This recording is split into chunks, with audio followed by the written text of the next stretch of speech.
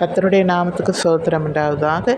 பாவத்துக்கு துணை போகாதீர்கள். பாவம் செய்கிறவனை காட்டிலும் பாவத்துக்கு துணை போகிறவனுக்கும் பாவம் செய்ய தூண்டுகிறவனுக்கும் அதிக தண்டனை, பாவத்துக்கு வழிகாட்டுகிறவனுக்கும் அதிக தண்டனை நிச்சயம் கிடைக்கும்.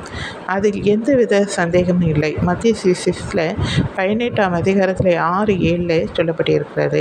என்னிடத்தில் விசுவாசமாக இருக்கிற இந்த சிறியரில் ஒருவனுக்கு இடர்கள் உண்டாக்குறவன் எவனோ அவனுடைய கழுத்தில் எந்திரக்கல்லை கட்டி சமுத்திரத்தின் ஆழத்திலே அவனை அமுத்துக்கிறது அவனுக்கு நலமாயிருக்கும்.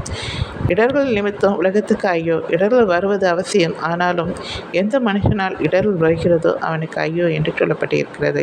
ஐயோ என்றால் கைவிடப்பட்ட நிலை.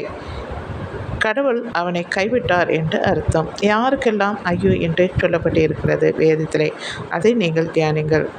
குடிகாரர்களுக்கு ஐயோ, மது அருந்துகிறவர்களுக்கு ஐயோ என்று நீதிமொழிகளில் சொல்லப்பட்டிருக்கிறது. யூதாஸ் அவரை காட்டி கொடுத்ததுனால அவனுக்கு ஐயோ என்று சொல்லப்பட்டிருக்கிறது.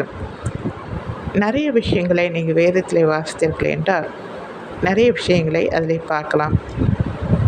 அவர்களுக்கு எல்லாம் நரகம்தான் கிடைக்கும். அவர்களை யாராலும் காப்பாற்ற முடியாது. கடவுளால் கைவிடப்பட்டவனை யாரால் காப்பாற்ற முடியும்? நிச்சயம் முடியாது அல்லவா?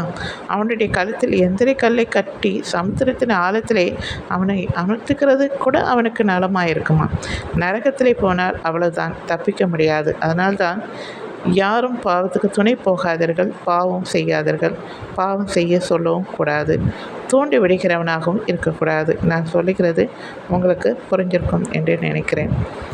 எனக்கு அன்பானவர்களை மறுபடியும் சொல்லுறேன், பாவத்துக்கு துணை போகாதீர்கள். பாவத்தை கண்டால் விலகி ஓடுங்கள்.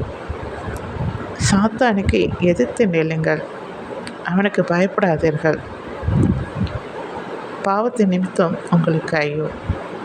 சரிங்களா? தேங்க்யூ.